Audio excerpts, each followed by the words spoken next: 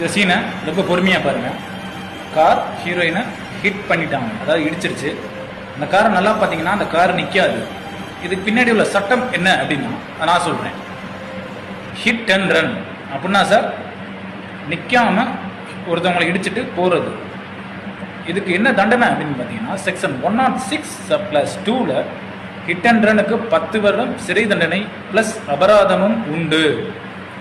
Sir அந்த அபராதத்தை எதுவும் குறைக்க முடியுமா அப்படின்னு கேட்டிங்கன்னா செக்ஷன் 106+1ல் 5 வருடமாக அதை மாற்றலாம். எப்படி சார் அப்படின்னு கேட்டிங்கன்னா அந்த இடித்த நபர் உடனே ஒரு போலீஸ் ஸ்டேஷன், அதாவது காவல் நிலையம் சென்று சார் இந்த மாதிரி இப்படி நடந்துருச்சு, இடிச்சிட்டேன் அப்படின்னு முன்கூட்டியே அவருக்கு, அதாவது காவல் நிலையத்தில் சொன்னால் அவருக்கு குறைந்தபட்ச தண்டனை அவருக்கு கிடைக்கும்.